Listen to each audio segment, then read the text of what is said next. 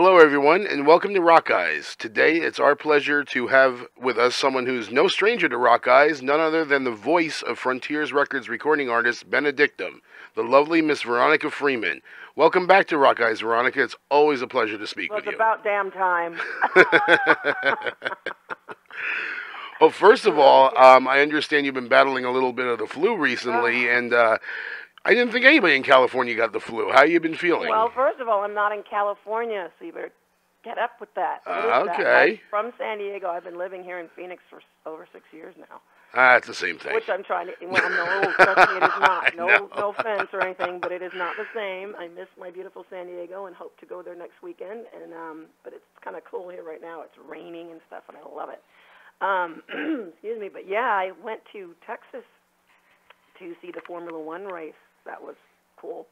But on the plane, there was a lovely young man sitting next to me, coughing and carrying on, and didn't think anything of it till it's like I just got hit, like mowed down by this flu, and my voice is pretty much gone. So it's starting to make a comeback.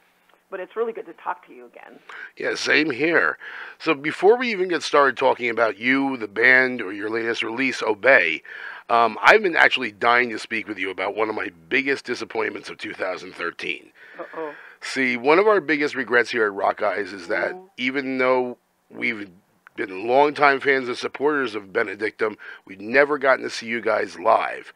So we were extremely excited to hear when you were slated to make a rare East Coast performance at Rock Harvest 2013, just a few weeks back. Yeah. Then, tell me about it. Yeah. Then after months and months of anticipation, it seemed that everything just fell apart. And even though we ourselves were going to go down to actually cover the entire thing, we were so disappointed when we discovered you guys, along with about 20 other bands who were expected to play, were no longer on the bill. So the whole thing turned into a complete debacle, it seems, and it does seem that way. We ended up bypassing it too. So, just like to know, like right from one of the bands who was directly involved with the event, what happened? Okay, this is from me. I mean, I'm not out to. I'm just going to tell you honestly, from my perspective, exactly what happened. And yes, we weren't the only one that was affected. So I kind of want people to understand how it all works. We were approached. We were excited. I'm giving you the Reader's Digest version. We were told that, we definitely knew it was for a great cause. We were excited about that because I believe Pete has someone in his family that was, affected by that, officer, that kind of stuff. So we were very excited about doing it, and were encouraged by the same people who actually helped us book some other shows around that. So to make a very long story short, worry that I am, I'm like, okay, so we were told our flights and everything would be covered and all of that. And for months, we're talking about this was planned back February. So it's been a long time. It wasn't like, oh, gee, yeah. But the whole thing that was contingent upon was the flights and lodging and stuff, and that way we could launch other stuff around it. We were very, very grateful, and quite a few other bands had the same proposition and had actually started to build tours around that, and it was fabulous, especially when you're on the other side of the states. And that was the deal that was made, and it was great, So we were very excited about it, and then it wasn't until the end of September, the beginning of October, that the plug got pulled. Because I was wondering, well, why aren't we, if you're going to make all the, I was in touch with other people who had the same situation, and they weren't hearing anything either. And, I understand that things happen and sometimes things fall apart. But I question whether, if it was a little bit overly ambitious to promise all these things to these bands when you can't fulfill it at the time that you promise it. You don't bank it on something else, you know what I mean? Mm-hmm. However, I don't know that that's the complete case. It seems like it was. I know that this band, along with many others, completely just kind of left out in the cold, and I think the only thing that bothered me was the way it was kind of presented. It was like, okay, well, these people canceled instead of, they did mention about a sponsor dropping off, but it kind of left it open like, but we've got bands that do support this cause as if we didn't. And that's what was painful for me. It's like, why would you say that? Right. We were on board since day one, and we're fighting and scrapping to try to make it work and waiting like on eggshells. Okay, so tickets going to be booked now because it's getting closer to the date. Prices are only going to go up. Oh, no, this is fine. So I think I still truly feel in my heart the intention was good.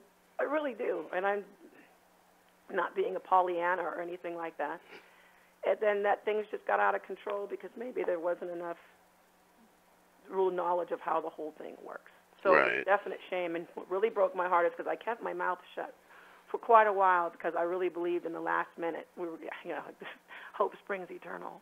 Right. That there's just going to be this, okay, you guys, it's going to be on because we were so looking forward to it, and we're going to hook up a Sound of Thunder and do some shows, and we were going to bring Leather Leone out. She was going to come out and sing with me and stuff. I was so looking forward to that because we absolutely adore each other, and it was like, wow, what happened? Then I got an email that had part of your email in it, that you were going to be coming out, and that you were disappointed that we weren't coming, and my heart just broke at that point. The reality actually set in. So I just wanted you to know that on a personal note. Right. So I was like, wow, this so sucks. Yeah. I can imagine. Like I said, it seems to have disappointed a lot of people and a lot of artists out there as well. Well, not just the artists, and not to be, because, that's from my point of view, but I also got a few emails from fans who had taken vacation time. I think the other thing that was really tragic, I guess there was no refunds. And, right. There's been other people that have already gone down the investigative road about it, and I really appreciate it, and I've learned a lot about what may have been going on there, and I don't want to take up the time with all of that. There's plenty of that out there. It's just that, from my perspective, I got quite a few emails of people who had taken vacation time, spent money to travel out there and get hotels and buy the tickets, and were not able to get that back, at least the ticket part, and were based on the fact that they had wanted to see us, and that really hurts because there's nothing I can do about it. Right. Except try to make something else work. Hopefully we can get something else going on for 2014 and get our asses out there, because that's what we really want to do. Well, that would be great, because God knows we'd love to see you. Oh, yeah, that would be great. We'll make it happen. I'm so hoping that with this album and the attention that it's getting, that, there'll be a lot more opportunities to do just that. Great.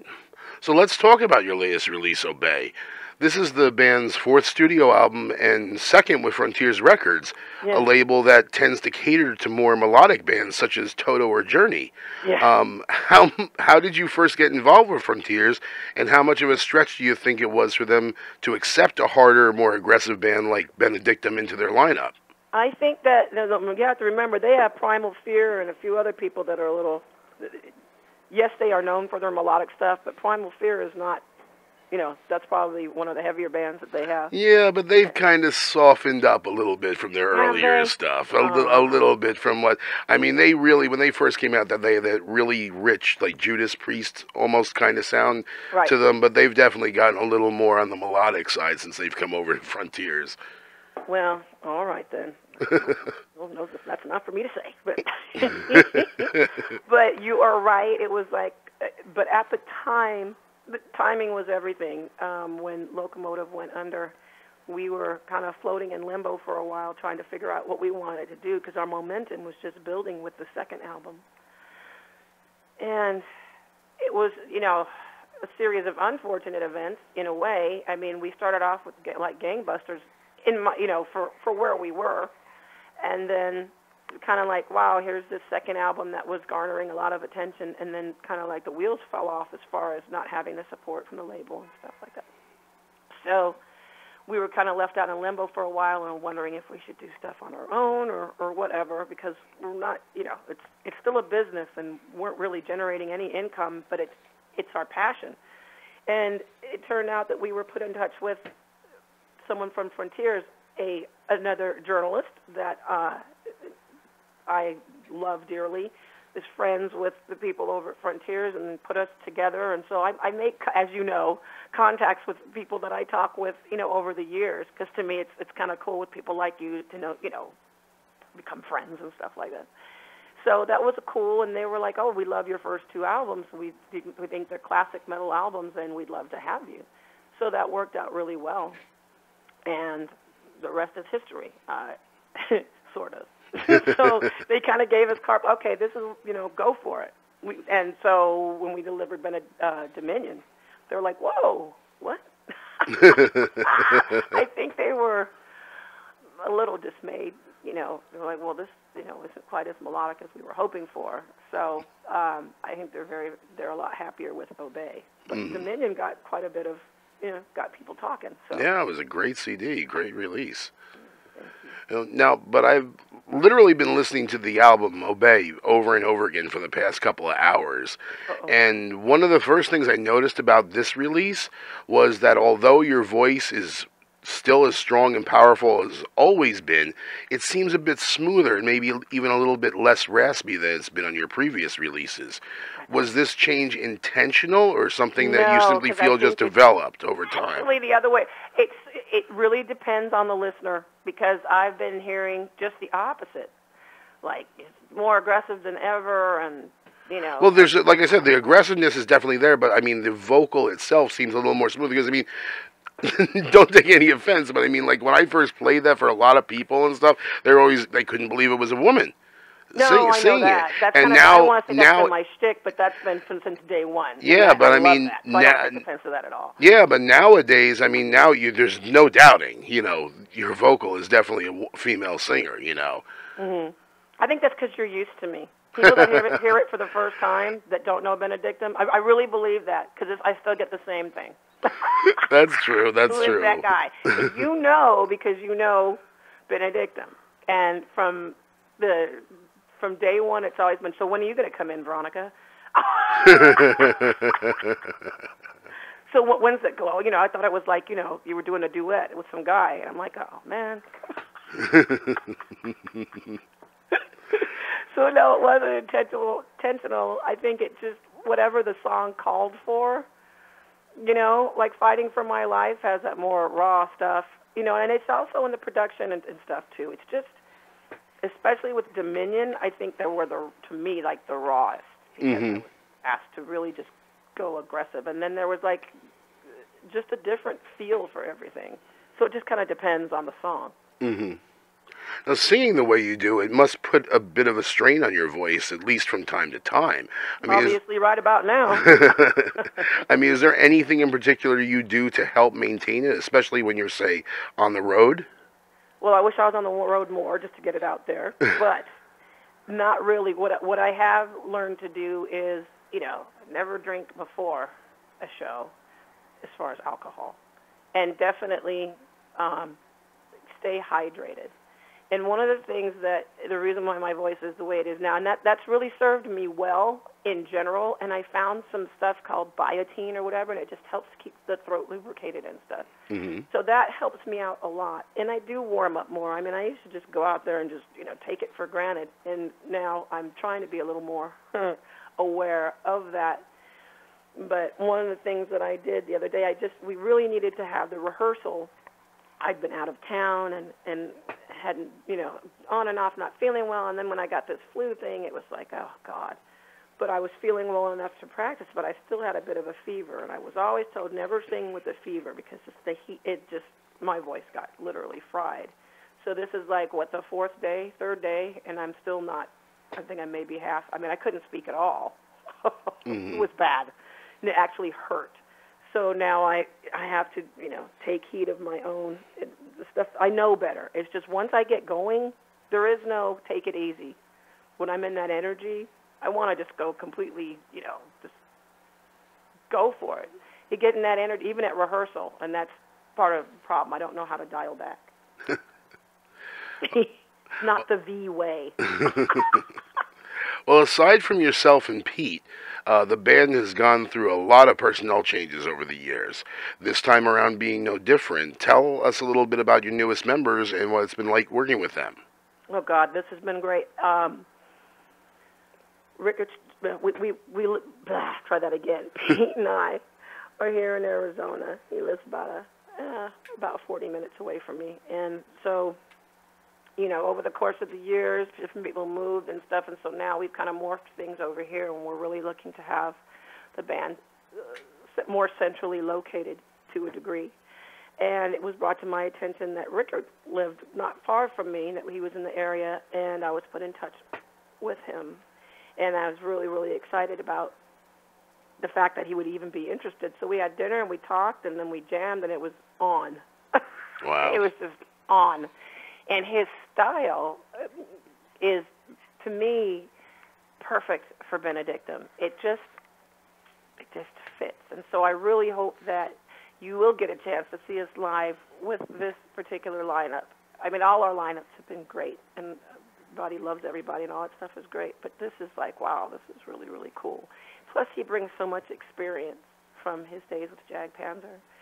And then we have Eric Avina, who is just a great guy and came in the last minute. We actually held auditions for a bass player, and he just, you have to also go by the person, their personality, just the energy and that relationship that we have between each other, because at the end of the day, when you are on the road or you are jamming together or working together, because it's not always like, there's a lot more intimacy, so to speak, as far as you spend so much more time with each other, and if you don't really get along, it shows, at least at this level, if you're not getting like lots of money to kind of smooth things over. It's a labor of love and passion, and if you need to kind of be on the same wavelength, and it seems like he really, really is with this thing. He has a great love for this band and the music, and it really showed by how he stepped up. Like when we said, okay, we had 3 days to get him ready for the studio, and he was ready. Wow. So how much does each member contribute to the songwriting process? I'd say the main songwriters are still Pete and myself, but we are always, and that's just kind of how it's been. It's not like, we don't listen to anybody else. That's not it at all. But we always, like, especially when we're jamming, that's the best thing. If someone has an idea, like, well, what do you think about this when we're writing? Because we're very compartmentalized. It's like we have a writing process sort of thing. Then we have to get ready for shows, or once the recording process, which always takes us forever, and then playing that stuff live, because it's obviously different than just playing it in the studio. And then we start going through the idea process again later on. So to answer your question, I'd say the main songwriters are still definitely Pete and myself, but then it gets built upon by others. Mm-hmm. There was definitely some input from Rickard, and Eric came in on this particular case after the stuff was already written. But obviously he put his own stamp on things too. But as far as actually composing, it was Pete and myself, and Rickard had some say in that as well. So where do you get your ideas, or what inspires you when you're writing a song? It depends. I would say for this last album, for the last two albums were definitely more experiential, as far as just stuff that was going on in my head or my heart, so to speak. And then I always just plug in. Sometimes I'll just hear a riff or whatever, and it'll speak to me. It needs to be about this. Ooh, I'm going to write. It's not like I don't ever have a bunch of lyrics written out and, I'm going to fit this to this. It's always the other way around. I'll hear the music, and I listen to it over and over again, different riffs, and go, ooh, that would be cool. Can we combine this with this? Or what about repeating this and kind of do a rough arrangement? And the ideas will come to me. Sometimes the melody line will come to me first, and then I'll find the lyrics to fit. And then sometimes it's vice versa. It'll just come at the same time. It just depends. So it's always I feel I have very little control in that process. I'm not one of those people, I'm going to sit down and write now. It never has worked for me that way. Mm-hmm. Well, so it's like, oh boy, so sometimes I go through some real dry spells, and then other times it's like, okay, it's on, and then in the last minute, bam, bam, bam, they'll come together. Right. Now, I noticed you guys worked with producer John Herrera this time around. Ding, ding, ding. Good answer. Oh, my God. Thank you. I guess there must have been an initial press release that said that Jeff Pilson was the producer. So a lot of write-ups and a lot of the interviews are like, wow, it's good to see you back with Jeff again. The producer was John Herrera, so you are correct. And Jeff did some pre-production with us on this album, so yes, we got to work with him too. And John did a great job really studying what we had done previously, because I had never met him and he had not heard of us. But he had worked with Rickard before, so it was really great to have a chance to work with him. And God, he's a crack-up. And he's like right out here in Chandler. It's about an hour away from where I live. And he really worked this album. I mean, really, in the way they even did the rhythm tracks were done live. So instead of like, Pete coming in and, just doing the drum tracks first and doing some scratch, bass and guitar stuff for him to go by, they all laid it down at the same time, which really gave it a different energy. Hmm. Now, you and I go way back, even before the release of your first album. And actually, I think I ended up doing one of your first interviews over here in the United States, if memory serves me correctly. I think so. And we had met through a mutual involvement with producer and musician Jeff Pilson, who actually turned me on to you guys and couldn't stop Ah, raving about you even back then. really? So, how much is Jeff involved with you nowadays? I'd say, actually, he's been involved in every album in some way. I kind of make sure of it. Do you know what I mean? It's hard for me to let go. He is a part of the family, the Benedictum family. I think he helped to take what was there and really mold it into what we've kind of consider the Benedictum sound, which don't really know how to define that. But he was such an integral part of the whole process. So whenever, even if like with Dominion, if I have just something I'm stuck with, which I did, I believe it was something with Epsilon at the time. I was like, if you have any time, can I come by and just run some stuff by you? It's just, to me, still, because you get close to people, especially in a creative type of thing. There's just some people that can draw things out of you, and he helped with that. It was just one little thing, you know. I don't know how to explain it, but that's just. And then with Sanctuary, he got his little part that we got to do on Dominion, and then it was great to be able to see him and spend a day or two just to do some arrangements and stuff on a few songs and just kind of like get his take on things, because John definitely had this well in hand. So I don't want to take anything away from what John Herrera did, as did Ryan Green with the previous one. But it's so wonderful just to, you know, that's kind of where you started. You have that camaraderie going on. Mm-hmm. One of the things has become almost synonymous with Benedictum is the quality guest musicians you've had on all of your releases. And this time around, they ended up pairing you for a duet with Tony Martin on one of my favorite songs on the release, Cry. Really? How did that all come about? Okay, well, you hit the nail on the head again. I mean, all the previous albums I've had guest musicians, but there's never been a guest vocalist, well, other than when Jeff and I sang together on Sanctuary. And I wanted to do a duet, like, on the main album thing. So I wanted to have a guest vocalist. I was really excited about it, but wasn't sure what songs to do it on and who I was going to get. I had been a big Tony Martin fan for a long time. I was just like all goofy and stuff about it. Tony Martin. So I had done the Facebook thing totally before we were doing the recording. And, you know, he emailed back, hey, you know, I was like, hey. So later on, as things started to develop, I just grew some nads and say, hey, you know, do you think you'd be willing to be on the record? And what would it take to get you to do that? And he's like, well, and he was very particular about it. It wasn't just like, okay. It was like, well, I need to hear it first. I need to decide. You know, he wanted to be able to decide what song he was going to be on. And I totally get that now, because recently I'd been asked to be on to guest on another band's CD. And I was all excited about it, but I was given a song, and that song had I had the chance to choose maybe something different, it would have worked out better. As it was, it didn't work out, so I was like feeling all bad and stuff. But it wasn't me. So he wanted something where he felt real comfortable with, and that he picked the song Cry. And then he really took his time to help develop it. He was really great to work with. So even though, you know, we worked from afar, that was really cool. And then I had the chance in April to go out and actually meet him, and that was really a blast. Well, what made you decide on Obey as the release title? And other than being one of the tracks on the release, does it hold any special meaning? Well, that's none of your business. You have to go to the other website for that. No. Yeah, basically, you got it. It was once the tracks were all named and done and everything, and I just thought, that's just such a cool name. Mm-hmm. You know, you could do a lot with that, and it's just simple and plain, and it's short. We've had seasons of Tragedy, big long name, Dominion, Obey. It's short, simple, to the point. That's it. Move on. Next. Number, please.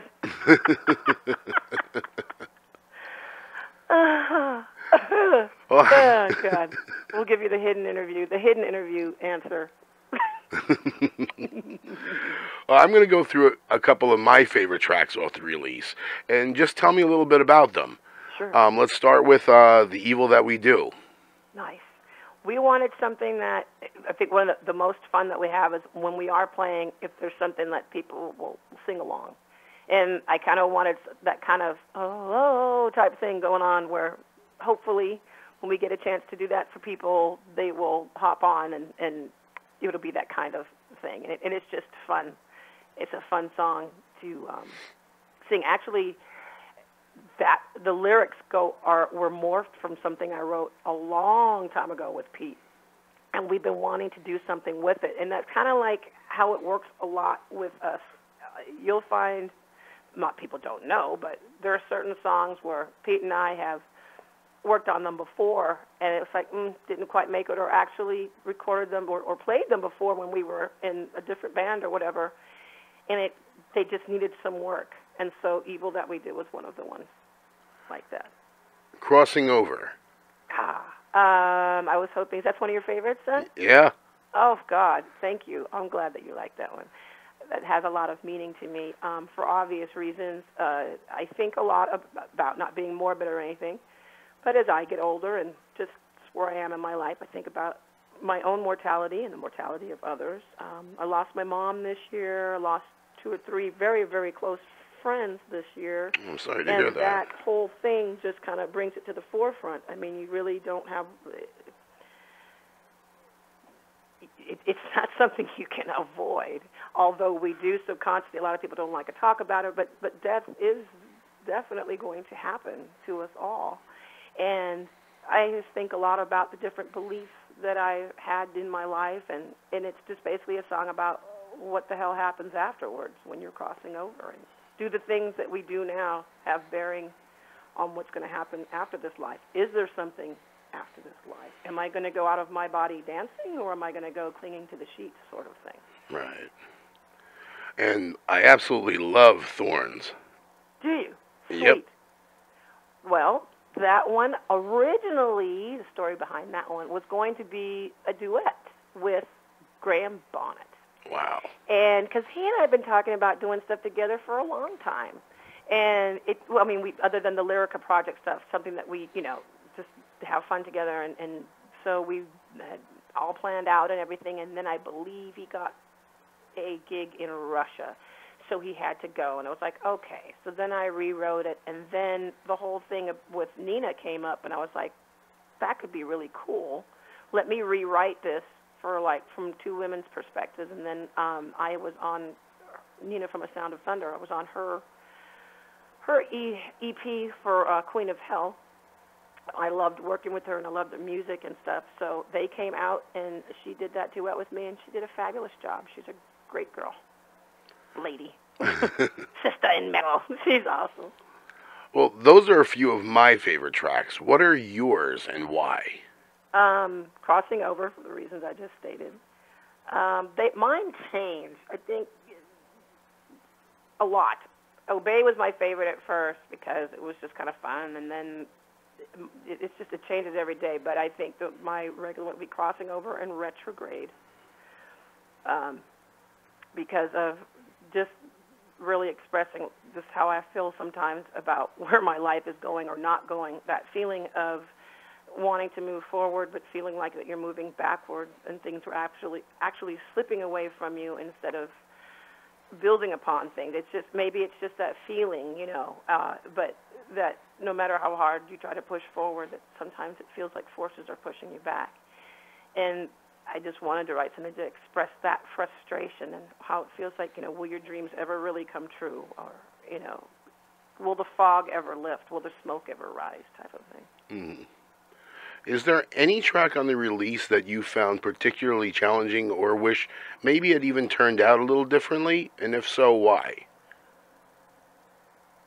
Cry was challenging for me because, I was nervous as hell about doing something with Tony Martin. As much as I've always wanted to, then when it comes, you know how it is, you want something, oh my God, that would be so cool, oh my God. And then it's like, oh my God. Oh my God. No. So that's how it was for me. It's like, oh, how is this going to work? I originally had wanted him on Retrograde, but he chose Cry. So I really wasn't planning on doing a softer type song. I really wanted to do something more aggressive with him. So that whole thing, it's easier for me to sing something real aggressive and, you know, like fighting for my life or really belting out like Crossing Over. And it's harder for me to pull back and do something like Cry. So to get just the right tone and the right feel for it was a little bit of a challenge. What do you think is the biggest misconception people have when they first meet you? Me? Mm-hmm. Oh. Well, I was just talking about that just the other day.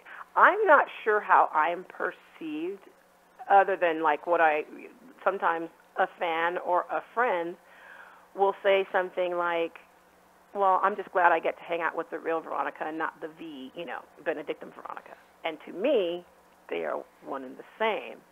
I'm not always wearing a leather corset or anything. I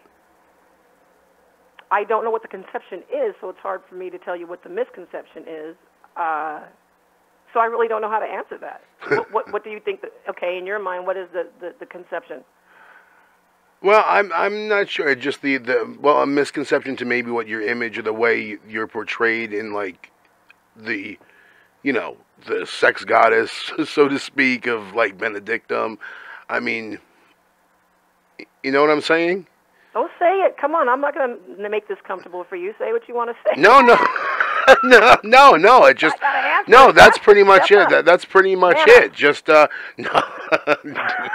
don't go there. No, but seriously, I mean, no. Are there any misconceptions, or do people, think that you're going to be a certain way, and then you maybe surprise them that you're not? I don't know what people think what way I'm going to be, so that's why it's hard to answer that. In general, I will make the assumption that from the visuals and stuff.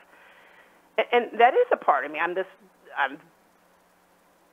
don't know, a sensual person. I love life. I'm passionate about music. I don't know if I look like I'm some kind of hard ass or badass or whatever. I can be. I mean, I'm not going to say that's not a part of me. I've got quite a temper, but I don't go around whooping ass unless it's warranted. I mean, I'm a fair person. I'm very loving and very sensitive. And I just like to have fun. And I will say this. The comments that I have gotten are people were not even, perfect example. When I met the people from Frontiers for the first time, because we had never met, and they came out to California, and we had a little lunch or whatever, and they just looked at me, but we weren't expecting you. We just weren't expecting you, because I'm crazy and zany and out there and pretty honest, and, I do have a personality, but I'm not like a bitch or anything, unless provoked. I try to be a pretty nice, fair person. You get kicked down a lot and stuff, and I like to champion the cause of the underdog sometimes, of which I feel that I am that often. So, yeah, but I unless you know exactly what that perception is, sometimes they may be right, and there's just more layers to it than that. Tell me a CD that you own or music that you listen to on your iPod that may surprise your fans. The soundtrack from A Coal Miner's Daughter. Okay. I how to handle that one. I love that movie, and it was on again. What was that out in the 80s or 90s or something? And Sissy Spacek and Beverly D'Angelo did such a great job, and they sang their own stuff on it. And I just had to go and get that from iTunes and listen to it, and I've just been on this little kick ever since. So, and I love Patsy Cline anyway, and so when Beverly D'Angelo was doing the part of Patsy Cline, she just did a great job, and then Sissy Spacek did a great job on Loretta Lynn stuff, and some of that stuff is just fun, and when you listen to some of the lyrics, it's just, you can relate, and it's just fun. And then it'll go from that to, oh God, I have everything from Rammstein to Loretta Lynn, Patsy Cline, and everything in between. Some jazz, Grover Washington Jr., and George Benson, and I got to see Pat Benatar the other night. Oh my God, what a show! Really, that's I great. was fooled. I mean, I'm telling you, it was great. She's got it. She definitely has. I actually caught her about a year ago myself, and still puts on a hell of a show. Wow. Yeah, I was impressed. So are there any plans for any shows or a tour in support of the release? Well, that's what we'll have to talk about afterwards. Absolutely, there are plans. You can, if there are any promoters or booking people out there that want to get a hold of us, you can get a hold of us at benedictum.net. Booking agent is the lovely Elena Hernandez from Excite Entertainment, and she's going to be working on getting us out there. I'm hoping that we will be doing some things on the West Coast in the beginning of the year and 2014, and then moving on to coming out to your neck of the woods later on in the year. That would be awesome. We definitely mean to make that happen. What do you most expect to accomplish with Obey and this time around in general? My hope for accomplishment and what gets accomplished is sometimes two different things, because the same thing could have been asked for Dominion, and what we want to do is tour and play so that it makes sense financially. I mean, it's different now than it used to be back in the day. We want to get out and tour, and you did, and you either made money or whatever, or you were paid money. And now it's like you have to really plan, because if you don't have tour support and all that stuff, it's difficult to really make the kind of stuff happen that we would like to see happen. So it's the same thing, hit rewind and play. We want to get out and play in support of this album. We'd like to do some dates in the States and also in Europe and beyond. I'd love to go to Canada. I'd love to go to Mexico or South America. So we are going to aim for all of that and see what happens. Great. Well, that's about it. Is there anything you'd like to say in conclusion about the new album, or something you'd like to say to your fans? I'd like to say something to you. I'd like to say thank you for being faithful to us for all these years. Without people like you that give their time and attention to music and musicians and artists out there, it would be you're a very integral part of what we do, and I just wanted you to know that I appreciate it. And of course, I appreciate all the fans and listeners, and if you're new to Benedictum, I hope that you'll check us out and that you'll like what you hear, and we love you. Well, thank you again so much for taking the time to do this. It's always an honor and a pleasure to have you on board, and we wish you the best of luck. It's a tremendous, tremendous release, and hope you have a lot of success with it in the future. Thanks, darling. I appreciate it. Oh, I got one more thing I want to talk about. What's that? You know, I'm always rambling. I do want to give a shout-out. There's a couple things. First of all, I've been promising to do this, and I haven't done it. I know it sounds like a commercial, but having my own business, which is Street Fighters, Inc., I sell motorcycle accessories. That's one thing. But also there's other friends of mine that have businesses, and that would be my friend Dave, who has a business called VF Cables. And you can get a hold of him. He actually, makes custom cables for musicians. Does a great job, and I've known him for years. I was in the band Evolution, a little Dio tribute thing back in the day with him. So he's doing his thing, and I've been promising to give him a plug, and I wanted to do that. And also been doing the VJ thing. If you haven't had a chance to check out Heavy Metal Television, please do, heavymetaltelevision.com, and it's 24 hours a day, 7 days a week, streaming videos of heavy metal, of all types of metal, and I get to go on there and introduce videos 5 days a week. Awesome, awesome. So it's a blast. Awesome. It's something you'll definitely check out. Okay. Well, thank you again, Veronica, for taking the time to do this, and like I said, best of luck, and we hope we'll see you this time around. Damn straight. We better make it so, darling. Thanks, babe. I appreciate it. Well, take care of yourself. I plan on it. Thank you. Okay.